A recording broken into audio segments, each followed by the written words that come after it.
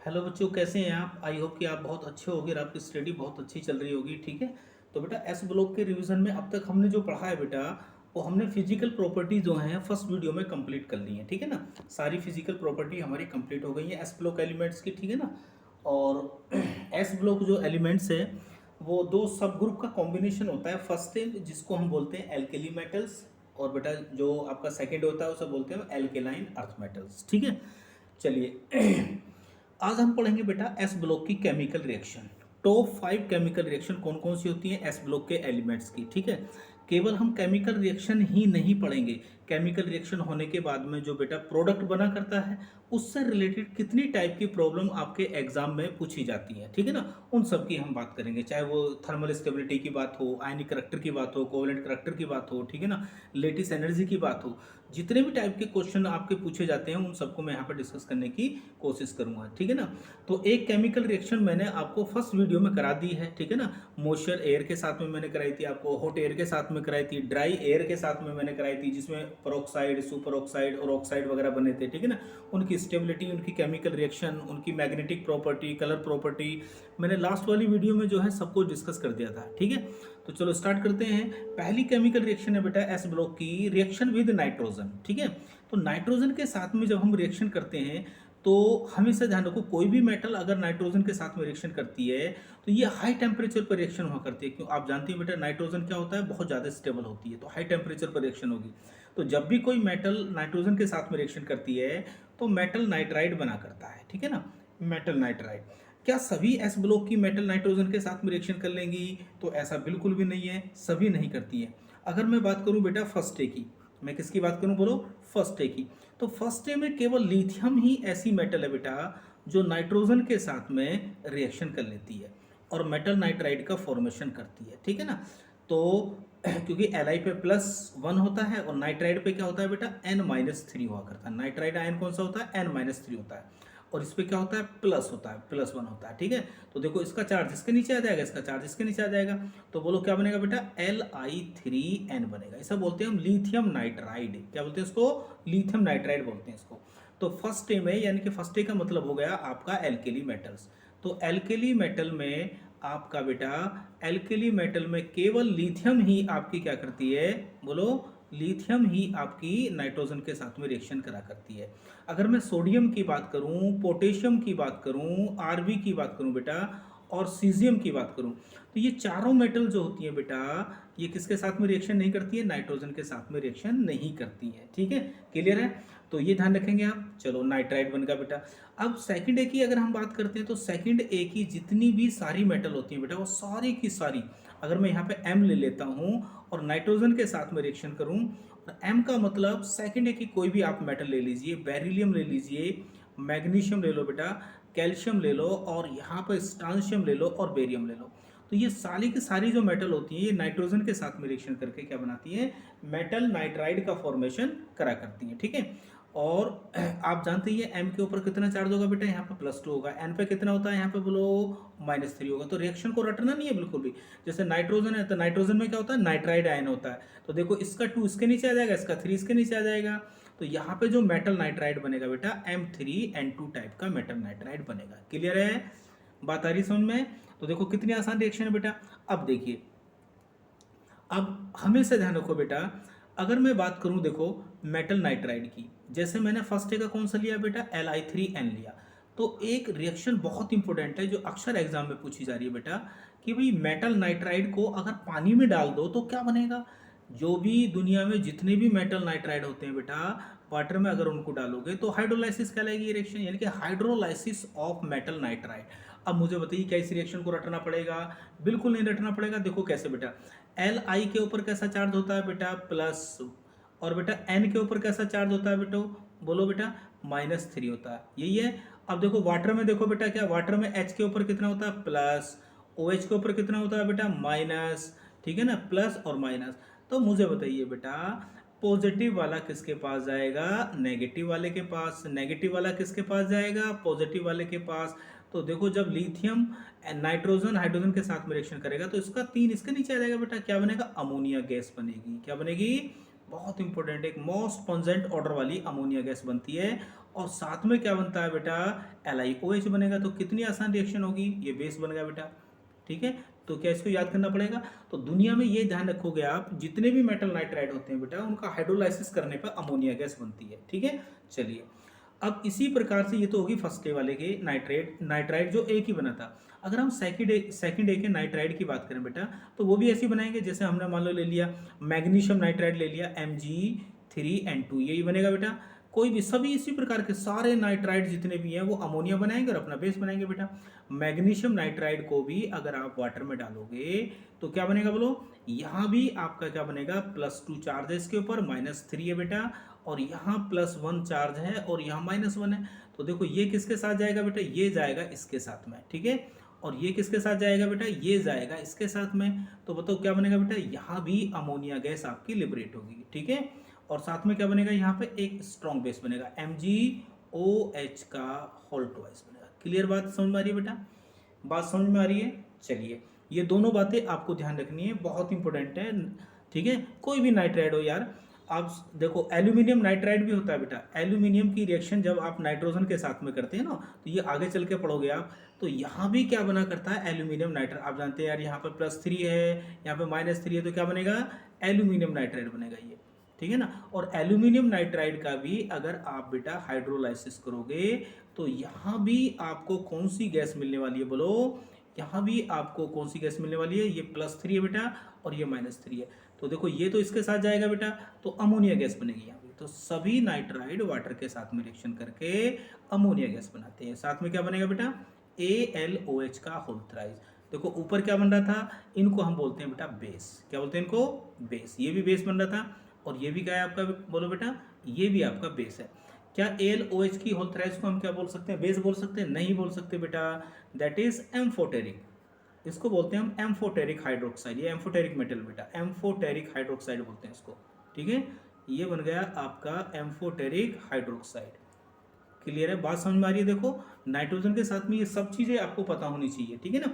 तो बहुत आसान रिएक्शन है। तो आपको याद होगा एस ब्लॉक में केवल फर्स्ट डे में लिथियम रिएक्शन करेगा बेटा, और सेकंड डे के सारे एल्केलाइन अर्थ मेटल सारे रिएक्शन करके मेटल नाइट्राइड का फॉर्मेशन कर लेते हैं। चलिए, अगर आप सोचते हो कि भाई इतना करने के बाद में सारे क्वेश्चन हो गए, तो नहीं।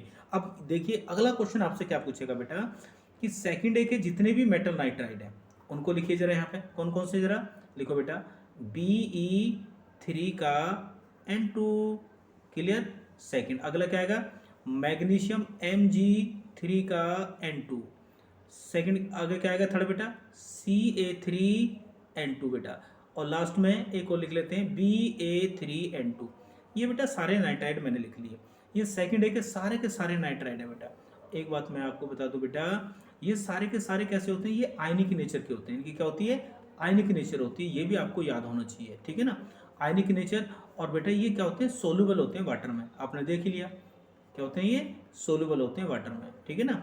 और अगर मैं बेटा इनकी सोल्युबिलिटी की बात करूं, तो इनकी सोल्युबिलिटी देखो, मैंने सोल्युबिलिटी के लिए आपको एक कंसेप्ट बताया था पीछे बेटा, कि सोल्युबिलिटी जब भी आपको निकालनी हो तो कैटायन और एनायन कि रेडियस में जितना ज़्यादा डिफरेंस होगा बेटा, साइज में जितना ज़्यादा डिफरेंस होगा, सोल्युबिलिटी उतनी ज़्यादा होगी। अब देखो नाइट्राइड जो होता है ना बेटा, जितने भी मोनो एटॉमिक एनायन होते हैं ना, वो क्या होते हैं बेटा, बोलो, ये N-3 है, ये नाइट्राइड आयन है, ये स्मॉलर होता है बेटा। ये कैसा एनायन होता है बोलो, स्मॉलर होता है। तो ध्यान से देखो बेटा, ये एनायन तो आपका क्या है बेटा, स्मॉलर है, लेकिन Ba क्या होगा बेटा, ये होगा बड़ा, लार्जर, क्योंकि साइज क्या होता है मेटल का, ऊपर से चलने पर बढ़ता है। तो जितना कैटायन और एनायन के साइज में डिफरेंस ज़्यादा होगा, यहाँ पे बेरियम का साइज छोटा है, एनायन पहले से ही बेटा क्या है, स्मॉलर है। तो स्मॉलर जितना स्मॉलर कैटायन और स्मॉलर एनायन के बीच में बढ़िया बॉन्डिंग होती है बेटा, है ना। तो आप देखेंगे कि सोल्युबिलिटी बेटा ऊपर से नीचे चलने पर या इधर से इधर को चलने पर क्या हो रही है, इसकी इंक्रीज हो रही है। तो सबसे ज़्यादा मोर सोल्युबल कौन होगा, ये होगा बेटा, ये होगा आपका मोर सोल्युबल। क्लियर है, मोर सोल्युबल होगा, क्लियर, ठीक है ना। इसी प्रकार सारे क्वेश्चन आप करेंगे तो इधर से इधर को चलने पर क्या हो रही है बेटा, सोल्युबिलिटी आपकी बढ़ रही है, सोल्युबिलिटी क्या हो रही है बोलो, बढ़ रही है। क्लियर होगी बात। तो ये सबसे ज़्यादा सोल्युबल होगा। अब इसी में पूछ लेगा आपसे बेटा आयनिक करैक्टर पूछ लेगा, क्या पूछ लेगा बोलो, आयनिक करैक्टर पूछ लेगा। तो आयनिक करैक्टर किसके ऊपर डिपेंड करता है बेटा? अगर मेटेलिक करैक्टर बढ़ेगा तो आयनिक करैक्टर बढ़ेगा। तो इलेक्ट्रोपॉजिटिव करैक्टर क्या हो रहा है? देखो बेटा, इधर से इधर को चलने पर क्या हो रहा है? इलेक्ट्रोपॉजिटिव करैक्टर बढ़ रहा है, तो इसका मतलब आयनिक करैक्टर क्या होगा? आपका बढ़ेगा। जब आयनिक करैक्टर बढ़ेगा तो बेटा सीसी क्या होगा? आपका घटेगा। क्लियर होगी बात? तो इस तरह के क्वेश्चन आप कर सकते हो बेटा। ये सारी चीजें मैंने आपको कहाँ करा दी हैं? ये मैंने एक वीडियो बनाई थी बेटा यहाँ पे शुरुआत में, thermal stability, lattice energy, solubility, तो आप उसको देख सकते हैं। ठीक है, चलिए, तो अब आप जो है नाइट्रोजन की रिएक्शन जो है आपने कंप्लीट कर ली बेटा। सेकंड केमिकल रिएक्शन की अगर हम बात करते हैं बेटा, ध्यान से देखो, ये बहुत इंपॉर्टेंट रिएक्शन है। ठीक है ना? अगर पिछले कुछ सालों की बात करें तो यहाँ से क्वेश्चन पूछे गए बेटा बहुत ज़्यादा। रिएक्शन विद कार्बन, कार्बन के साथ में अगर आप एल्केली मेटल की रिएक्शन करोगे बेटा तो क्या बनेगा? कार्बन के साथ में अगर आप एल्केली मेटल या एल्केलाइन अर्थ मेटल की रिएक्शन करोगे या एस ब्लॉक के एलिमेंट की रिएक्शन करोगे तो क्या बनेगा? देखो बेटा, एक सिंपल सा कंसेप्ट होता है, जब भी किसी मेटल की रिएक्शन आप कार्बन के साथ करोगे, ये रिएक्शन हाई टेम्परेचर पर होगी, लगभग 1000 डिग्री सेल्सियस से भी ऊपर का टेम्परेचर आपको जरूरत पड़ेगा। हाई टेम्परेचर पर रिएक्शन होती है। और अगर मान लो यहाँ पे क्या बना करता है? एमसी बना करता है। एमसी का मतलब होगा बेटा मेटल कार्बाइड। क्या होगा? मेटल कार्बाइड हो गया। ठीक है ना? मेटल कार्बाइड हो गया। तो कोई भी मेटल अगर कार्बन के साथ में रिएक्शन करेगी बेटा तो क्या बनाएगी? मेटल कार्बाइड बनाएगी।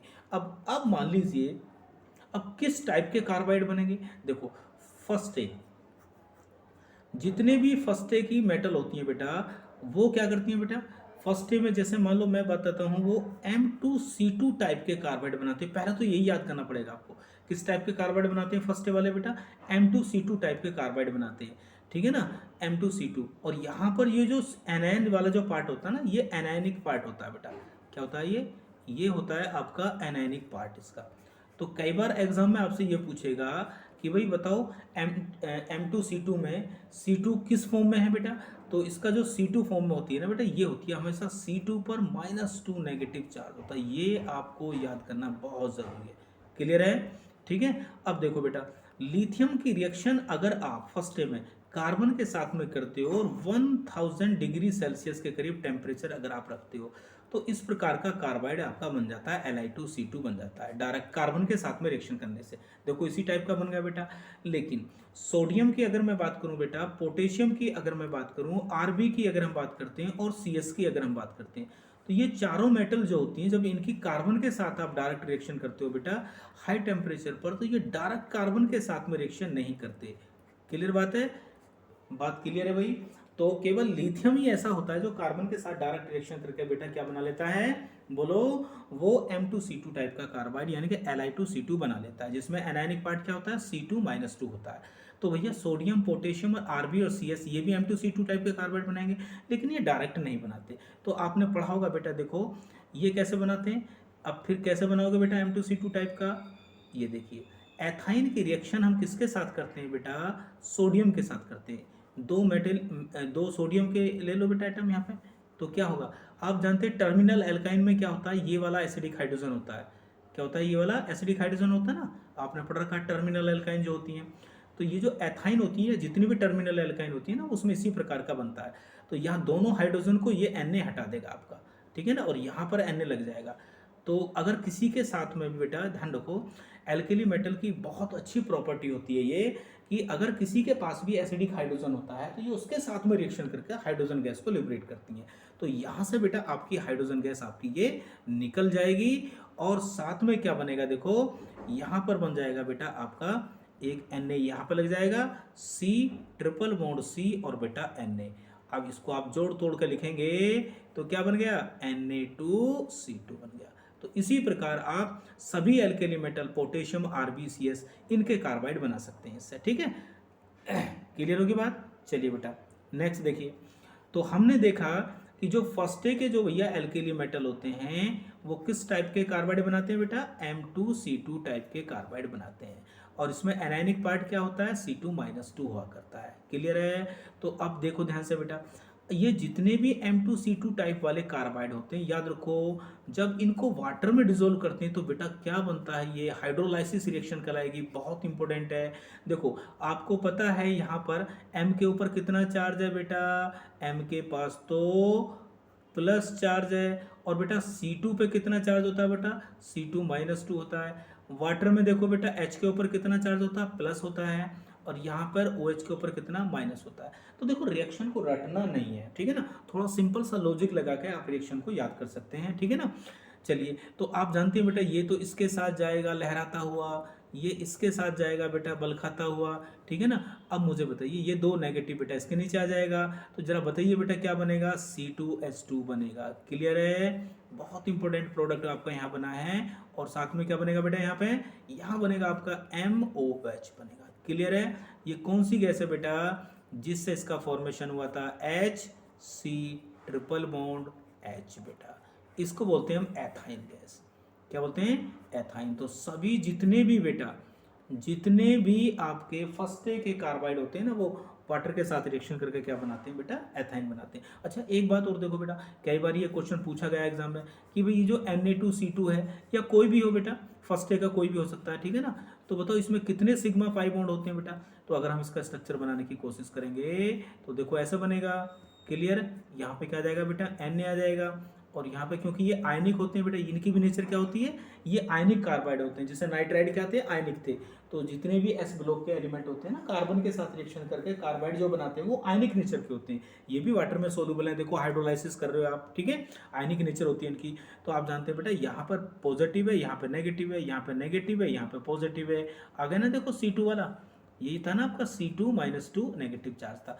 तो देखो ये पॉजिटिव ये नेगेटिव, तो यहाँ पे तो क्या लग रहा है बेटा, एक आयनिक नेचर हो रही है, इंट्रैक्शन है इनके बीच में, आयनिक बॉन्ड है ये तो, ठीक है ना। लेकिन यहाँ पर पूछ रहा है वो कितने सिग्मा कितने बॉन्ड है, तो भैया ट्रिपल बॉन्ड में क्या होता है भैया, ट्रिपल बॉन्ड में तो बेटा 2 पाई बॉन्ड होते हैं और 1 सिग्मा बॉन्ड होता है। क्लियर है, दो पाई बॉन्ड 1 सिग्मा। क्लियर, चलिए, तो कोई भी पूछेगा आप बता देना इसको। क्लियर, चलिए, ये बात होगी किसकी बेटा, फर्स्ट ए की होगी। अच्छा सेकंड ए की अगर हम बात करें तो भैया सेकंड ए के भी किस प्रकार के कार्बाइड बनाते हैं, ये बनाते हैं बेटा MC2 टाइप के कार्बाइड। ध्यान से देखो, बहुत इंपॉर्टेंट रिएक्शन चल रही है बेटा। ये सेकंड ए की जितनी भी है बेटा MC2 टाइप का मतलब है ये हमेशा डायरेक्ट कार्बन के साथ में रिएक्शन करके हाई टेम्परेचर पे इस प्रकार के बना लेंगे। तो मैं डायरेक्ट बना देता हूँ, देखो ठीक है। यहाँ पर जैसे मैं बात करूँगा बेटा BE को मैं भी छोड़ देता हूँ, है ना। तो यहाँ पे जैसे आपका MgC2 हो जाएगा बेटा, है ना, और यहाँ हो जाएगा आपका जैसे CaC2 हो जाएगा बेटा, है ना, और यहाँ हो जाएगा SrC2 हो जाएगा बेटा, और एक हो जाएगा आपका BaC2 हो जाएगा। क्लियर है, बात समझ में आ रही है। इस प्रकार के कार्बाइड का फॉर्मेशन आपका होगा बेटा। अब मैंने इसको अलग क्यों लिखा बेटा, ये एक्सेप्शन है। बेरिलियम कुछ अलग तरह का व्यवहार करेगा बेटा, ठीक है ना, एक्सेप्शन है यहाँ पे, इसको बेटा आपको याद करना पड़ेगा थोड़ा सा, ठीक है ना। इसकी नेचर ही अलग है, इसकी एनालोगस प्रॉपर्टी होती है अपने बाकी मेंबर के साथ में, ठीक है। तो ये बनाता है इस प्रकार का बेटा Be2C। बेरिलियम कार्बाइड बिल्कुल सबसे अलग होता है बेटा, सबसे, और बाकी सारे के सारे क्या होते हैं, एक जैसे होते हैं। क्लियर है, तो देखो जो भी MC2 टाइप के कार्बाइड होते हैं बेटा, उसमें क्या होता है, ये जो C2 होता है ये -2 होता है, इस प्रकार से बिल्कुल सेम एनायनिक वाला पार्ट होता है। क्लियर है, तो अगर कोई आपसे पूछता है जी CaC2 में बताइए कितने सिग्मा कितने पाई बॉन्ड होंगे, तो आप आसानी से बता सकते हो। यहाँ पर हो जाएगा ट्रिपल बॉन्ड, ये हो गया आपका C, ठीक है ना, और यहाँ पर हो जाएगा बेटा आपका -2, और यहाँ आ जाएगा आपका Ca+2। क्लियर बात है, तो यहाँ भी कितने होंगे बेटा, 2 पाई बॉन्ड होंगे, और एक क्या होगा आपका 1 सिग्मा बॉन्ड होगा। क्लियर है, बात आ रही है समझ में, चलिए बात समझ में आ रही है तो बहुत बढ़िया बात है बेटा। इसी तरीके से अगर आप किसी भी MC2 टाइप वाले को, किसी भी MC2 टाइप वाले का अगर आप हाइड्रोलाइसिस करोगे बेटा, वाटर में डिजोल्व करोगे इसको, तो कैसे याद करेंगे भैया, हमारे तो याद नहीं है क्या बनेगा यहाँ पे, है ना। तो आपको पता है MCC2 में बेटा M के ऊपर कितना चार्ज होता है, +2, C2N आपको पता ही है बेटा, C2 - 2, और बेटा वाटर में क्या होता है, H+ होता है और OH- होता है, ठीक है ना। तो आप क्या करेंगे, देखो ये इसके साथ चला जाएगा बेटा, और ये वाला इसके साथ चला जाएगा, तो यहाँ भी क्या बनेगा बेटा, प्रोडक्ट C2H2 ही बनेगा। कितनी बढ़िया बात है बेटा, एल्काइन ही बनेगी, यहाँ भी क्या बनेगी, एल्काइन, और साथ में क्या बनेगा, MOH का होल ट्वाइस बनेगा, बेस बनेगा बेटा। क्लियर हो गए, इस तरह से आप याद कर लेना। अच्छा जो ऑर्डर मैंने आपका पीछे लिखा था ना बेटा, इनका देखो क्या नाम है, नाइट्राइड के लिए, वही सेम ऑर्डर इनका भी होगा। ठीक है ना। जैसे मान लो मैं यहाँ पे लिखता हूँ Mg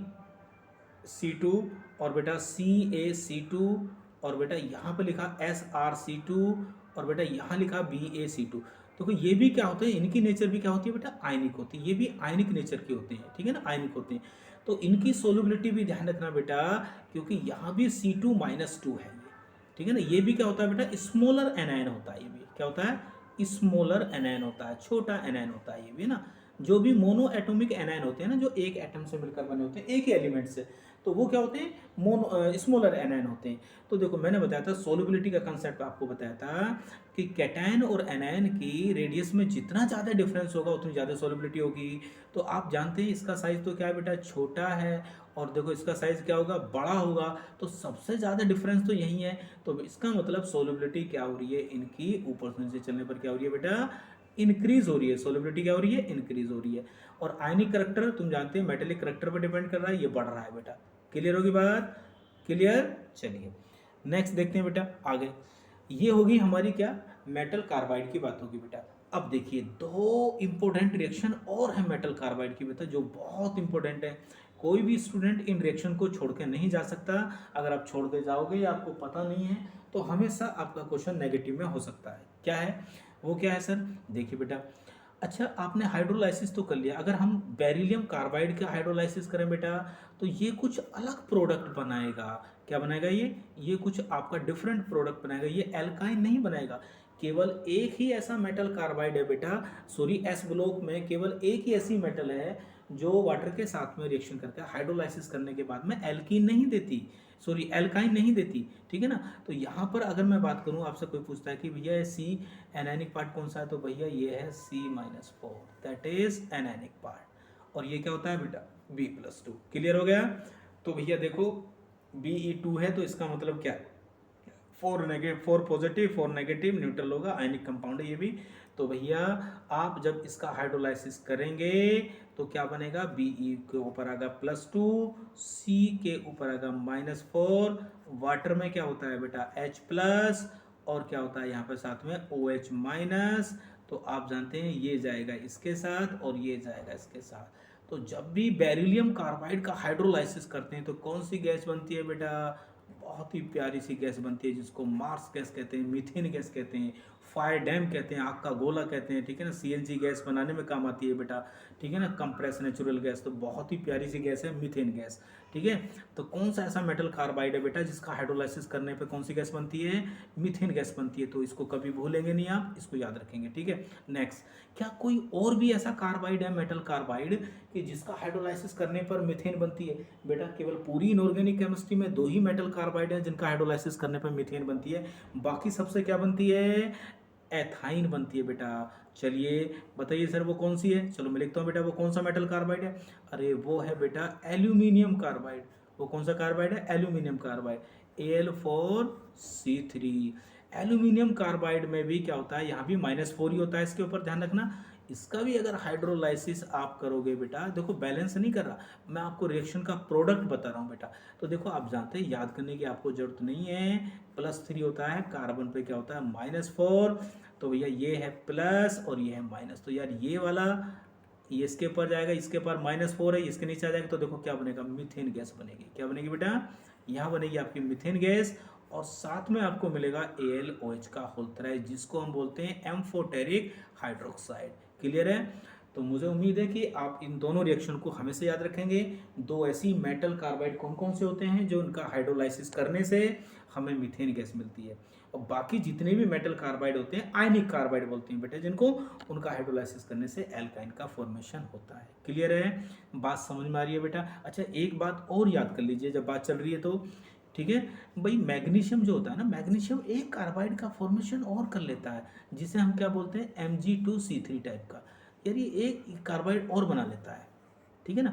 तो इसकी भी अगर रिएक्शन हम करेंगे बेटा, तो जब इसकी वाटर के साथ में रिएक्शन करेंगे तो क्या बनेगा, वाटर के साथ रिएक्शन करने पे क्या बनेगा बेटा, ये देखो यहाँ पर भी क्या होता है, ये यहाँ भी आपकी एल्काइन ही बनेगी, प्रोपाइन बनेगी, बस ये ध्यान रखना आपको, क्या बनेगी, ये प्रोपाइन बनती है यहाँ पे, ये ध्यान रखना। तो मैग्नीशियम कार्बाइड यहाँ भी क्या होता है, प्रोपाइन बनेगी इसमें, ठीक है, ध्यान रखेंगे इसको। चलो, ये होगी हमारी बेटा कार्बाइड की बात। नेक्स्ट केमिकल रिएक्शन जो है हमारी थर्ड पे आगे बेटा हम, वो है रिएक्शन विद हाइड्रोजन। बड़ी नहीं नहीं अभी सॉरी भाई, सॉरी, अभी तो जो सबसे काम की बात है वो तो हमारी रहेगी बेटा कार्बाइड में ना। चलिए चलिए बेटा, देखिए, अगर हम कार्बाइड की बात करें बेटा, तो एक चीज़ आपको ध्यान रखनी है क्या, कि जब भी हम किसी कार्बाइड के साथ में रिएक्शन, कार्बन के साथ में रिएक्शन करते हैं, तो जितने भी कार्बाइड हैं वो सब वाटर के साथ रिएक्शन करके बेटा हाइड्रोकार्बन का फॉर्मेशन करते हैं। एल्कीन तो कभी नहीं बनती, एल्केन बनती है और एल्काइन बनती है। तो एल्केन केवल दो ही देते हैं बेटा, बेरिलियम कार्बाइड और बेटा एल्यूमिनियम कार्बाइड, ठीक है। चलिए, अच्छा एक बात और आपको ध्यान देनी है बेटा, क्या, एग्जाम में दो कार्बाइड की रिएक्शन आप और याद करेंगे, जिसको मैं देता हूं सबसे ज़्यादा इंपॉर्टेंस, ठीक है ना। ये देखिए बेटा, कौन सी रिएक्शन है ये, एक होता है बेटा जिसको हम बोलते हैं कैल्शियम कार्बाइड। क्या बोलते हैं इसको, कैल्शियम कार्बाइड बोलते हैं इसको। क्या बोलते हैं इसको, कैल्शियम कार्बाइड। देखो ध्यान से देखो, CaC2, इस रिएक्शन को कभी नहीं भूलेंगे बेटा। एक होता है BaC2, ये दो कार्बाइड की रिएक्शन बहुत इंपॉर्टेंट है। वाटर के साथ में तो आपने कर ही लिया बेटा। अब एक रिएक्शन जो इंपॉर्टेंट है वो है कि भाई नाइट्रोजन के साथ में ये दोनों कार्बाइड, कैल्शियम कार्बाइड जब नाइट्रोजन के साथ में रिएक्शन करता है, देखो बहुत इंपॉर्टेंट है बेटा, याद रखेंगे इसको। भूलने का मतलब है कि नेगेटिव होना, ठीक है। तो अगर हम कैल्शियम कार्बाइड की नाइट्रोजन के साथ में रिएक्शन करते हैं बेटा, लगभग 1375 केल्विन पे, एनसीईआरटी में यही टेम्परेचर है, ठीक है ना। और बेटा इसकी भी नाइट्रोजन के साथ में रिएक्शन करते हैं, ठीक है ना, कितने पे बेटा, 1375 केल्विन पे, या लगभग इससे थोड़ा सा ऊपर मान लीजिए ना। चलिए बेटा, अब देखो क्या बनेगा बेटा, यहाँ पर क्या बनेगा, क्वेश्चन मार्क, और यहाँ पर क्या बनेगा। तो इसको मैं देता हूँ यहाँ पर प्रोडक्ट ए दे देता हूँ बेटा, क्या बनेगा, और यहाँ पे जो बनेगा उसको प्रोडक्ट बी दे देता हूँ। तो आपको याद क्या करना है, देखो बेटा ए की जगह क्या क्या बनेगा, ए वाली में फर्स्ट रिएक्शन में क्या बनेगा ना। तो जब कैल्शियम कार्बाइड की नाइट्रोजन के साथ रिएक्शन करती है ना, तो बेटा ये बना करता है CaCN2, ध्यान से देखो। और साथ में बना करता है बेटा कोक। सी का मतलब क्या होता है, इसे बोलते हैं कोक, बोलते हैं COKE, कोक बोलते हैं, ठीक है ना। अब ये जो CaCN2 बना ना बेटा, इसको बोलते हैं कैल्शियम, क्या नाम है इसका बोलो, इसे हम बोला करते हैं कैल्शियम साइनेमाइड। क्या बोलते हैं इसको, कैल्शियम साइनेमाइड बोलते हैं, ठीक है। और इन दोनों के मिक्सचर को हम बोला करते हैं बेटा क्या, इन दोनों के मिक्सचर को हम बोलते हैं नाइट्रोलिम। क्या कहते हैं इसको, इन दोनों के मिक्सचर को बोलते हैं नाइट्रोलिम बोलते हैं बेटा, ध्यान रखना। ये एक नाइट्रोजीनियस फर्टिलाइजर होता है, ध्यान रखना इसको। क्लियर बात है ना, इन दोनों को याद रखेंगे आप बेटा, ठीक है ना। कैल्शियम कार्बाइड की जब नाइट्रोजन के साथ में रिएक्शन करते हैं ना, तो बेटा उसको क्या बोलते हैं, नाइट्रोलिम कहते हैं, ठीक है ना। ये एक नाइट्रोजीनियस फर्टिलाइजर होता है। लेकिन बी की अगर मैं बात करूं बेटा, तो बी में क्या बनता है, देखो ध्यान से देखो, कि जब बेरियम कार्बाइड के नाइट्रोजन के साथ रिएक्शन करते हैं तो बेटा बेरियम साइनेमाइड नहीं बनता, यहाँ पे बनता है बेरियम साइनाइड, जिसको हम कहते हैं BaCN का होल ट्वाइस। क्लियर है, इसका क्या नाम है भाई, इसका नाम है बेटा बेरियम, बोलो बेरियम साइनाइड। इतना बड़ा डिफरेंस है बेटा, क्लियर है। चलिए ये आप याद कर लेंगे।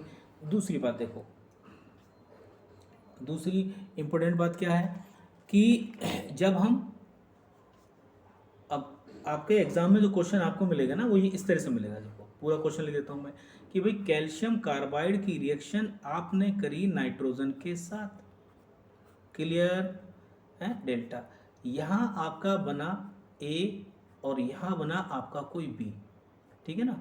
अब ये जो A बना है आपको बता दिया, ये था कैल्शियम साइनेमाइड, और B क्या था आपका कोक, इन दोनों का।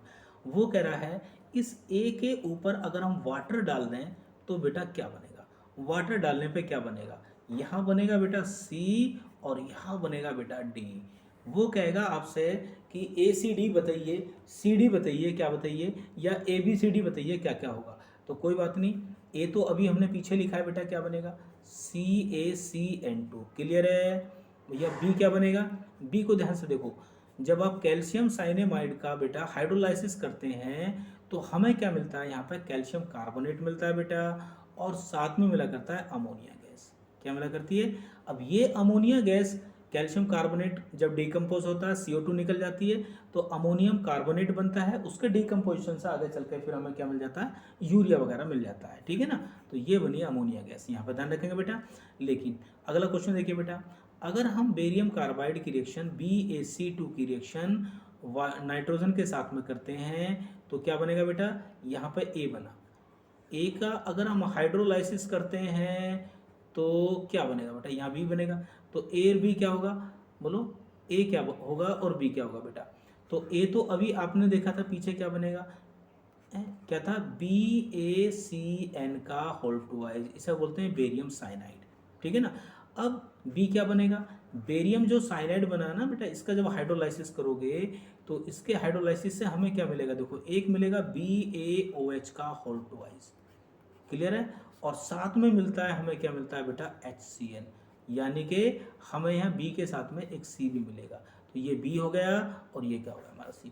तो अगर बहुत वेरी वेरी इंपॉर्टेंट रिएक्शन है बेटा, ठीक है ना, हमेशा ध्यान रखना इसको, ठीक है ना। बेरियम कार्बाइड और कैल्शियम कार्बाइड की ये रिएक्शन किसी भी कंपटीशन लेवल के लिए बेटा बहुत इंपॉर्टेंट रिएक्शन है।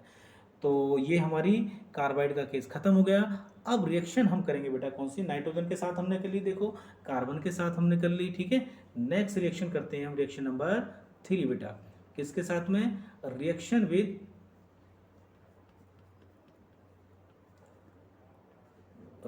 विद हाइड्रोजन, हाइड्रोजन के साथ में करते हैं, ठीक है।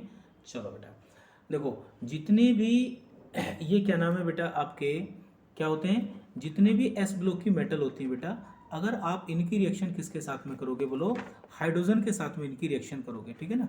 जब इनकी आप हाइड्रोजन के साथ रिएक्शन करोगे तो क्या बनता है, बोलो ये बनाती है हमारा मेटल हाइड्राइड का फॉर्मेशन, ये कराती है बेटा, क्या कराती है, मेटल हाइड्राइड का फॉर्मेशन ये कराती है, ठीक है।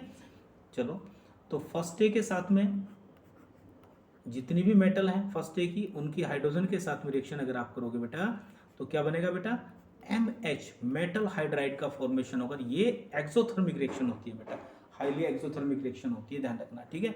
तो फर्स्ट ए के जितने भी मेटल हैं वो क्या बनाएंगे, इस प्रकार का हाइड्राइड बनेंगे, LiH बेटा, NaH और बेटा KH और बेटा RBH और बेटा CSH, ये बनेंगे। मैं आपको बता दूं ये जितने भी हाइड्राइड है ना बेटा, ये सब क्या आयनिक नेचर होती है इनकी, क्या होती है, आयनिक होते हैं ये सब आयनिक हाइड्राइड होते हैं। हाइड्राइड के बारे में आगे एक वीडियो बनाऊंगा मैं पूरी, ठीक है ना। तो ये आयनिक हाइड्राइड होते हैं बेटा, ठीक है ना। और S ब्लॉक के जितने भी मेटल हैं वो हाइड्रोजन के साथ रिएक्शन करके आयनिक हाइड्राइड का फॉर्मेशन करते हैं, ठीक है। और हाइड्राइड में आप जानते हैं बेटा, हाइड्रोजन के ऊपर नेगेटिव ऑक्सीडेशन स्टेट होती है, +-1, ठीक है, ये बात ध्यान रखना। तो यहाँ से आपसे क्वेश्चन ये पूछ लेगा बेटा कि अगर हम रिएक्टिविटी की बात करें, किसकी बात करें, रिएक्टिविटी की मेटल की हाइड्रोजन के साथ, तो रिएक्टिविटी का ऑर्डर क्या होगा, रिएक्टिविटी ऑर्डर क्या होगा, reactivity order towards hydrogen. Alkali metal की बोलो रिएक्टिविटी का ऑर्डर क्या होगा। देखो भैया, एल्केली मेटल की रिएक्टिविटी का ऑर्डर जो होता है ना वो बेटा, वो डायरेक्टली प्रोपोर्शनल होता है किसके, स्टेबिलिटी के, स्टेबिलिटी ऑफ हाइड्राइड के, स्टेबिलिटी ऑफ हाइड्राइड MH।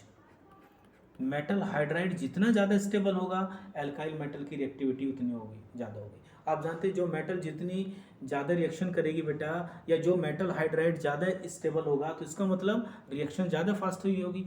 तो आप देखते हैं बेटा, इसका मतलब ये स्टेबिलिटी की अगर इनकी बात करें तो स्टेबिलिटी आप निकालते हैं बेटा, छोटा कैटायन छोटा एनायन आपस में मिलकर बढ़िया तरीके से बॉन्ड बनाते हैं। और जब भी थर्मल स्टेबिलिटी की बात करते हैं हम, तो थर्मल स्टेबिलिटी केवल एक ही चीज़ से निकालते हैं, लेटिस एनर्जी से। किससे निकालते हैं, और लेटिस एनर्जी का फॉर्मूला आपने पढ़ा था बेटा, ये चार्ज के डायरेक्टली प्रोपोर्शनल होती है और साइज के इन्वर्सली प्रोपोर्शनल होती है। साइज चाहे कैटायन का हो या एनायन का हो, इनमें से कोई भी साइज बढ़ेगा तो लेटिस एनर्जी घटेगी। तो आप देखते हैं बेटा, एनायन तो फिक्स है और केवल कैटायन का साइज बढ़ेगा, तो कैटायन का साइज बढ़ेगा तो लेटिस एनर्जी घटेगी। तो इसका मतलब स्टेबिलिटी का ऑर्डर ये होगा बेटा इनका, क्लियर है। तो इसका मतलब स्टेबिलिटी का ऑर्डर ये है। तो रिएक्टिविटी का ऑर्डर क्या हो जाएगा बेटा, लिथियम, बोलो सोडियम, पोटेशियम, Rb और बेटा सीजियम। यहाँ पे ध्यान रखना, यहाँ बच्चा क्या करेगा, रिएक्टिविटी उल्टा कर देगा, सी जब नहीं, यहाँ पर रिएक्टिविटी जो है हाइड्रोजन के केस में डिपेंड करती है स्टेबिलिटी ऑफ मेटल हाइड्राइड। ठीक है, क्लियर है बात। अब ये जो हाइड्राइड आपने बनाए बेटा, ठीक है ना, ये सारे के सारे क्या होते हैं आपके आयनिक हाइड्राइड होते हैं। तो इनमें से किसी को भी अगर आप पानी में डालोगे तो पानी में डालने के बाद में भैया हाईली एक्सोथर्मिक रिएक्शन होती है, ठीक है ना, M प्लस माइनस, ठीक है ना, ये दोनों आपस में मिलते हैं, ये दोनों आपस में मिलते हैं, तो क्या बनता है बोलो, जब भी हाइड्रोजन गैस निकलेगी तो भैया आग तो लगेगी, ठीक है, हायर एक्सोथर्मिक रिएक्शन होती है, क्या बनता है यहाँ पे MOH बन जाएगा इस प्रकार से, ठीक है ना। तो हाइड्रोजन गैस सभी मेटल हाइड्राइड वाटर में रिएक्शन करके क्या देंगे बेटा, बोलो, सभी का मतलब आयनिक वाले हाइड्राइड एस ब्लॉक वाले हाइड्रोजन गैस को लिबरेट करते हैं। क्लियर है, तो इसी प्रकार से आप किसी की भी रिएक्शन करेंगे। अब बात करते हैं देखो सेकंड ए वाले की। अगर हम सेकंड ए की बात करें बेटा, तो सेकंड ए में ये बनेंगे आपके जैसे BeH2 बनेगा बेटा, है MgH2 बनेगा बेटा, ठीक है ना, और बेटा यहाँ पे क्या बनेगा, CaH2 बनेगा, ठीक है ना। अब ये दोनों हाइड्राइड ऐसे होते हैं बेटा जो क्या होते हैं, पॉलीमेरिक फॉर्म में एग्जिस्ट करते हैं। क्या करते हैं ये, पॉलीमेरिक हाइड्राइड कहलाते हैं इनको, पॉलीमेरिक हाइड्राइड, ठीक है ना। आगे चल के इनमें ब्रिज बॉन्डिंग होगी, पॉलीमेरिक हाइड्राइड होते हैं। और ये दो केवल कैसी नेचर रखते हैं बेटा, कोवलेंट हाइड्राइड होते हैं, ये कोवलेंट होते हैं, बाकी सब हाइड्राइड होते हैं, CaH2 वगैरह बाकी जितने भी हैं आपके, वो आपके आयनिक होते हैं, ये ध्यान रखना। क्लियर है, इनको भी वाटर में डालोगे तो इनके हाइड्रोलाइसिस से क्या बनेगी बेटा, बोलो क्या बनेगी, हाइड्रोजन गैस बनेगी। सॉल्युबिलिटी का ऑर्डर भी वही रहेगा बेटा इनकी, ठीक है ना। आप जानते हैं अगर इनकी सॉल्युबिलिटी चाहे फर्स्ट की बात करें या सेकंड ए की बात करें, तो अगर इनकी सॉल्युबिलिटी का ऑर्डर आपसे पूछता है तो क्या होगा, सॉल्युबिलिटी के लिए मैंने बताया था कि कैटायन और एनायन के साइज में डिफरेंस होना चाहिए, या फिर कैटायन बड़ा है तो एनायन क्या होना चाहिए, छोटा होना चाहिए। जितना साइज में डिफरेंस होगा उतनी ही सॉल्युबिलिटी क्या होगी आपकी, मोर होगी। क्लियर है, तो आसानी से आप देख सकते हैं यहाँ पर जो H माइनस है बेटा, ये एक स्मॉलर है, क्या ये स्मॉलर एनायन होता है, छोटे वाला। तो इसका मतलब ये तो आपका क्या होगा, छोटा होगा बेटा। तो कैटायन का साइज क्या हो रहा, बढ़ रहा है, तो इसका मतलब ये हुआ बेटा कि इधर से इधर को चलने पर इनकी सॉल्युबिलिटी क्या हो रही है, बढ़ रही है। क्लियर है, तो देखो सॉल्युबिलिटी का कंसेप्ट भी आपको बता दिया बेटा, ठीक है ना। चलिए नेक्स्ट अगली रिएक्शन देखते हैं। अब हम देखिए भाई, नेक्स्ट रिएक्शन बची बेटा हमारी कौन सी, हाइड्रोजन के साथ होगी। नंबर 5 रिएक्शन जो हमारी वो आ गई हमारी किसके साथ, हमने किसके साथ कर ली बेटा रिएक्शन, हमने नाइट्रोजन के साथ कर ली, कार्बन के साथ हमने कर ली बेटा, हाइड्रोजन के साथ कर ली। नंबर 4 रिएक्शन आ गई हमारी वाटर के साथ, ठीक है। चलिए reaction with water, reaction with water की अगर हम बात करें बेटा, तो वाटर के साथ बहुत ही हाईली एक्सोथर्मिक रिएक्शन होती है इनकी, ठीक है। लिथियम थोड़ा सा स्लो, क्योंकि इसका आयनाइजेशन एनर्जी क्या होती है, थोड़ी सी ज़्यादा होती है। तो सभी एल्केली मेटल जो होते हैं बेटा, ये वाटर के साथ में रिएक्शन करके, सोडियम हो, पोटेशियम हो, ठीक है ना, ये सब वाटर के साथ रिएक्शन करके क्या बनाते हैं, अपना हाइड्रोक्साइड बनाते हैं, K हो, RB हो बेटा, और CS हो, ठीक है ना। जब ये वाटर के साथ में रिएक्शन करेंगे, पोटेशियम, RB और बेटा CS, ये तो हाईली एक्सोथर्मिक रिएक्शन होती है इनकी वाटर के साथ में, क्या होती है इनकी, हाईली एक्सोथर्मिक रिएक्शन होती है, ठीक है ना। ये तीनों तो बहुत ही हाईली, ठीक है ना, वाइब्रेशनली बहुत ही एक्सोथर्मिक रिएक्शन होती है बेटा। पानी में डालने के बाद में तुरंत ही आग लग जाती है एकदम, ठीक है। इसकी स्लो रिएक्शन होती है, इसकी भी थोड़ी सी एक्सोथर्मिक होती है, लेकिन यहाँ तो बिल्कुल आग ही लग जाती है बिल्कुल। तो जब वाटर के साथ रिएक्शन करोगे तो क्या बना लोगे, देखो इस प्रकार से ये सब अपना बेस बनाएंगे बेटा, LiOH बनेगा, ठीक है ना, ये बनाएगा NaOH बनेगा बेटा, और यहाँ क्या बनेगा आपका KOH बनेगा, ठीक है ना, और साथ में क्या बनेगा यहाँ पे RbOH बनेगा बेटा, और क्या बनेगा CSOH बनेगा। तो इनसे रिलेटेड भी क्वेश्चन हो जाता है, ये वेरी स्ट्रॉन्ग बेस है बेटा। और एक बात मैं बता दूं, इधर से इधर को चलने पर बेटा इनकी थर्मल स्टेबिलिटी भी बढ़ रही है, इनकी सॉल्युबिलिटी भी बढ़ रही है बेटा, ये ध्यान रखना, ठीक है ना। इनकी सॉल्युबिलिटी भी क्या हो रही है, बढ़ रही है, और इनकी लेटिस एनर्जी भी क्या हो रही है बेटा, बढ़ रही है। तो इसका कंसेप्ट निकाला करते हैं पोलराइजेशन के द्वारा।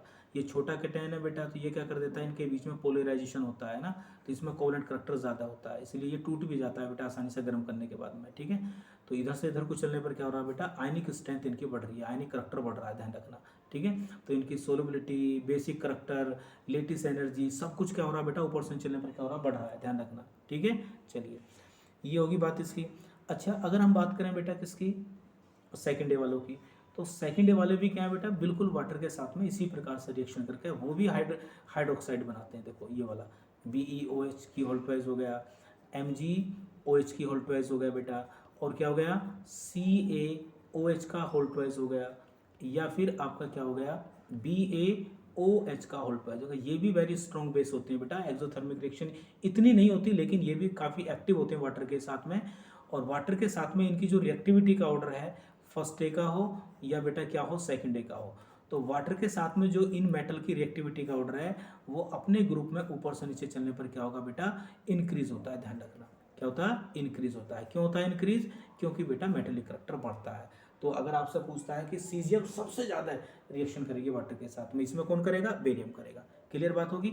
तो सेम प्रॉपर्टी इन हाइड्रोक्साइड की भी क्या होगी, बेसिक करैक्टर भी बढ़ेगा इनका, थर्मल स्टेबिलिटी बढ़ेगी, सोलिबिलिटी बढ़ेगी बेटा, आयनिक करैक्टर भी बढ़ेगा। ध्यान रखना आप। क्लियर है। चलिए, तो ये थी हमारी किसके साथ बेटा, हाइड्रोक्साइड के साथ में रिएक्शन। चलिए, नेक्स्ट और लास्ट रिएक्शन हमारी बची बेटा कौन सी, हैलोजन के साथ रिएक्शन।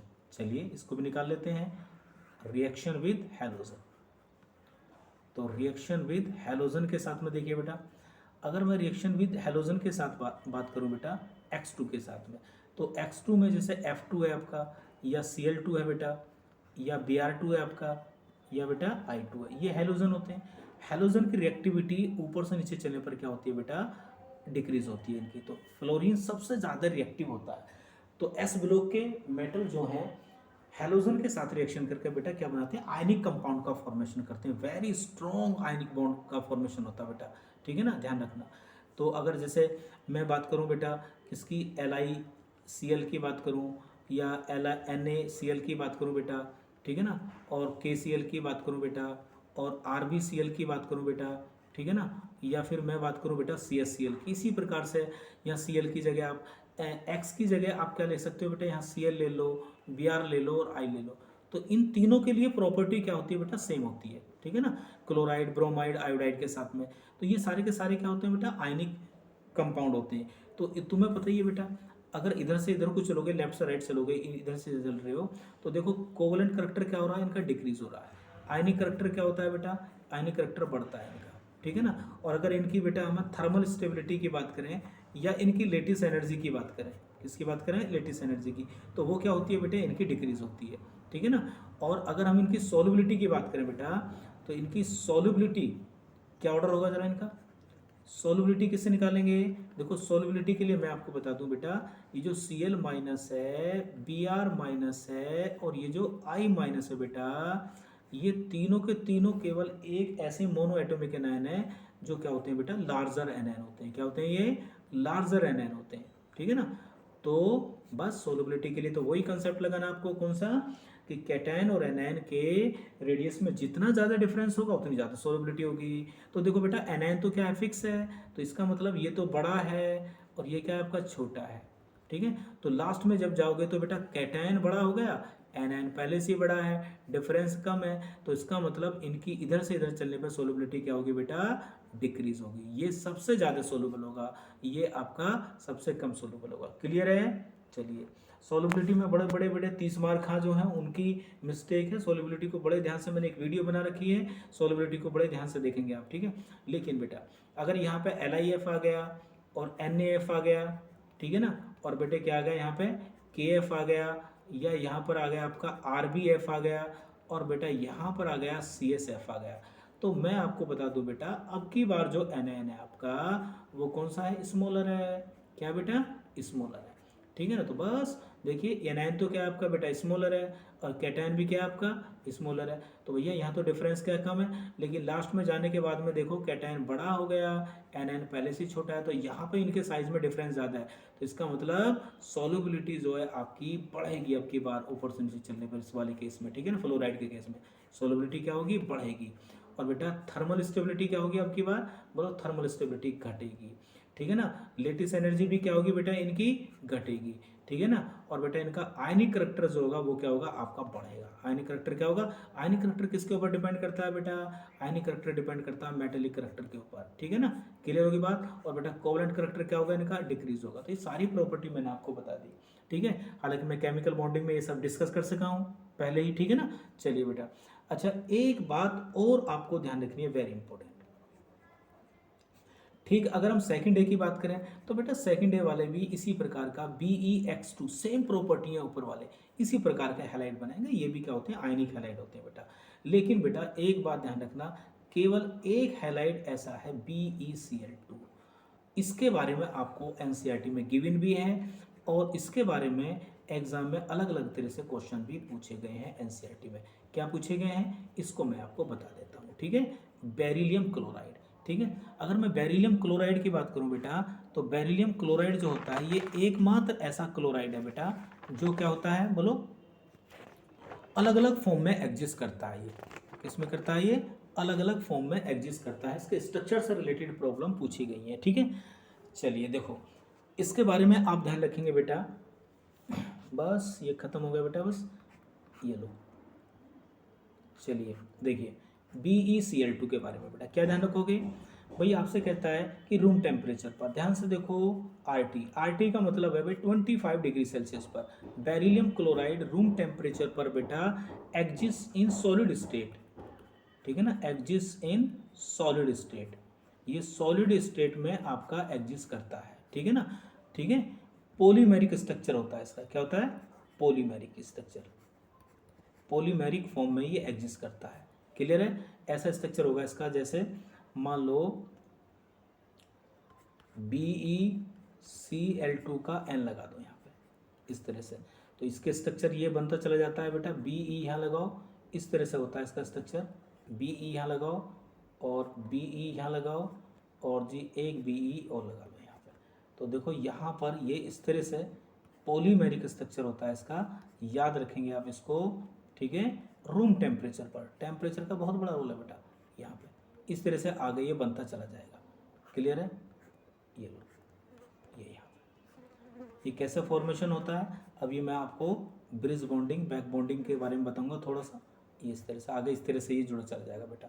ये जो बॉन्ड होता है बेटा ये अंदर की तरफ होता है, ठीक है ना, ये वाला अंदर की तरफ होता है और ये वाला जो एक, सॉरी, ये वाला जो बॉन्ड होता है ये अंदर की तरफ होता है, ये वाला बाहर की तरफ होता है। तो इसके बारे में, स्ट्रक्चर के बारे में आपको ज़्यादा डिटेल में नहीं ध्यान रखना, बस ये ध्यान रखना कि BeCl2 रूम टेम्परेचर पर किस फॉर्म में एग्जिस्ट करता है, ठीक है ना। अगर आप टेम्परेचर बढ़ा देते हो बेटा, टेम्परेचर बढ़ा देते हो, ठीक है ना, लगभग आप और 1000 डिग्री सेल्सियस से टेम्परेचर आपका कम रहता है और रूम टेम्परेचर से ऊपर होता है, ठीक है ना, तो फिर ये आपका बेटा वेपर फेज में एग्जिस्ट करता है। BeCl2 किस फॉर्म में एग्जिस्ट करती है बेटा, BeCl2 किस फॉर्म में एग्जिस्ट करती है, ये करता है बेटा वेपर फेज में। किस में एग्जिस्ट करता है, बोलो, वेपर फेज में आपका ये एग्जिस्ट करता है, ठीक है ना। और डाइमर बनाता है, क्या बनाता है, डाइमर, डाइमेरिक फॉर्म में ये आपका एग्जिस्ट करेगा बेटा, किस पे, 1000 डिग्री सेल्सियस से नीचे और रूम टेम्परेचर से ऊपर, ठीक है ना। और ऊपर वाला स्ट्रक्चर जो बेटा किसी भी फॉर्म में BeCl2 का स्ट्रक्चर नॉन पोलर होता है, स्ट्रक्चर इसका डायपोल मूवमेंट क्या होता है, जीरो ही होता है। तो देख लो बेटा क्या बनेगा इसका स्ट्रक्चर, Be, यहाँ पे Be और ऊपर आ गया Cl और ये इस तरह से यहाँ पे जुड़ा होता है, ठीक है ना, यहाँ पे ये डाइमेरिक फॉर्म में। तो ऐसा कोई आपको ऑप्शन में दे देगा कि स्ट्रक्चर किस प्रकार से किस टेम्परेचर पे कौन सी फॉर्म में एग्जिस्ट करता है बेटा। और बेटा सबसे ध्यान रखना आपको, अगर 1200 या 1000 डिग्री सेल्सियस से ज़्यादा हो, 1200 डिग्री सेल्सियस से अगर टेम्परेचर बेटा ज़्यादा है, ठीक है ना, ध्यान रखना, तो ये आपका जो है it exist in form of monomer. फिर ये किस में एग्जिस्ट करता है बेटा, मोनोमर में एग्जिस्ट करता है। और मोनोमर का मतलब ये हो गया।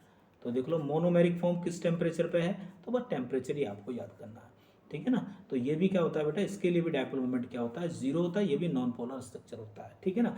इसके अलावा आप सेकंड ए में 3 हैलाइड ऐसे हैं बेटा, जैसे BeCl2 है और बेटा MgCl2 है और बेटा CaCl2 है, ठीक है ना। ये तीनों हैलाइड ऐसे हैं बेटा जो हाइग्रोस्कोपिक नेचर रखते हैं। क्या रखते हैं ये, हाइग्रोस्कोपिक नेचर, हाइग्रोस्कोपिक नेचर होती है इनकी। हाइग्रोस्कोपिक नेचर का मतलब होता है कि ये मॉइस्चर को क्या कर लेते हैं, एब्जॉर्ब कर लेते हैं। क्या कर लेते हैं, ये एब्जॉर्ब मॉइस्चर, ठीक है ना, ये याद रखना, ठीक है। तो वाटर के क्रिस्टल यहाँ पर लगे होते हैं, XH2 लिख देता हूँ मैं यहाँ पे, आप इसको एनसीईआरटी में से देख लेना कि X की वैल्यू कितनी है, ठीक है। ये हाइड्रेट की फॉर्म में इस तरह से पाए जाते हैं हाइग्रोस्कोपिक। क्लियर होगी बात। तो आई होप कि आपको ये वीडियो पसंद आई होगी, ठीक है ना। तो कॉपी और पेन लेके आप इन रिएक्शन को बेटा क्या करेंगे, बढ़िया तरीके से लिख लिख के जो है इसको याद करिए, ठीक है। आगे जो है अब हम पढ़ेंगे बेटा एस ब्लॉक के कंपाउंड्स और उनकी केमिकल रिएक्शन, ठीक है। चलिए पढ़ते रहिए बेटा।